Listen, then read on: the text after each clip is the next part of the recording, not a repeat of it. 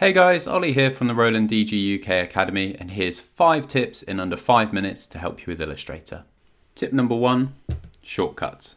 So firstly, V allows you to move to the selection tool, so we can use this to highlight our design.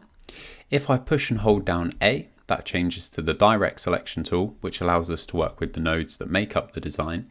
If I double click one of these, I can then look to move that out like so. We have T, which is for the text tool, so I can draw a text box and start to type into here, like so. We also then have L, which allows us to use our shape tool. So this is a circle tool, and if I hold down Shift, it will keep that in proportion. The space bar then allows me to move this shape, so this can be really handy when putting cut lines around the outside of a design. Let's just switch that over there. We also have M, which is the shortcut for a square as well. So if you want to work with one of those, that's how you can do that. So just one final one. In here, we've got our cut line that runs around the outside of our design. If I use Control X to cut that away and then hit Control V, it pastes in a random place in our artboard. To stop that happening, if you hold down Shift at the same time, so Control Shift V, we use paste in place. You can also use Control F, which will paste your cut line but would bring it to the front of your design. Tip number 2, navigation. When moving around Illustrator, there's a couple of tips that will help you navigate more freely, and these mainly break down into either panning or zooming. First up, panning. So to pan around and move your artboard around like so, either you can push and hold the spacebar key and then click and drag, or we can use the hand tool, which is just accessed by pressing H on our keyboards here, and we can do the same thing in there.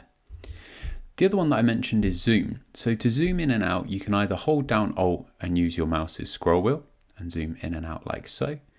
You can also zoom by using Control and the plus and minus keys at the top of your keyboard up here. Once we've reached a certain point, if we want to zoom back out and see the whole artboard in our screen, there's also a shortcut for that. So just push and hold Control 0 and that centers it like so. Tip number 3, layers. To open up the layers tab, you can either tap F7 or navigate up to here, window, and then down to layers. So here at the moment, we've got our design that's got a cut line running around the outside and a logo down at the bottom here.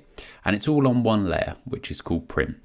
To create a new one, we just click the plus button down there at the bottom, and then we can name this as we wish. So I'm going to create one called cut line. I'm going to do another called logo as well. Dependent on the order these are in as well, it will affect how your design is displayed in front of you. So we've got a cut line that runs around the outside here. I'm going to select that, and to move it onto another layer, I can just use this little red nodule here and just click and drag that up like so. So now when I turn the print layer off, we can just have a cut line. Equally, when I turn the cut line layer off, that disappears from the outside here. The other thing I may want to do with this design is just ensure that the logo doesn't get meddled with at all. So I can select that, click it, drag it up to our logo tab, and then I can lock that in here as well. Tip number 4, file formats. Print and cut design files often contain both bitmap and vector information, which means we then need to save them into a format that's both supported by VersaWorks and can preserve the design information and the cut lines that you've created. When it comes to saving out of Illustrator, if we go to File and then Save As, the two most commonly used formats are going to be PDF and EPS. PDF will save your file with the artboard space around the outside, whereas EPS tends to save just the design information. As an additional tip, if you ever struggle with getting JPEG files into VersaWorks, try bringing these into Illustrator first, then saving them out as a PDF or EPS, and then you should be good to go.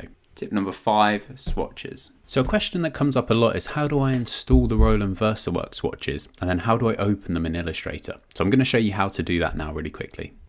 Step 1 is to locate the swatch libraries and then copy and paste them into Adobe Illustrator. So to do this, the location that you need to get them from is roughly here on the left hand side. So dependent on your computer and version, it might vary a little bit.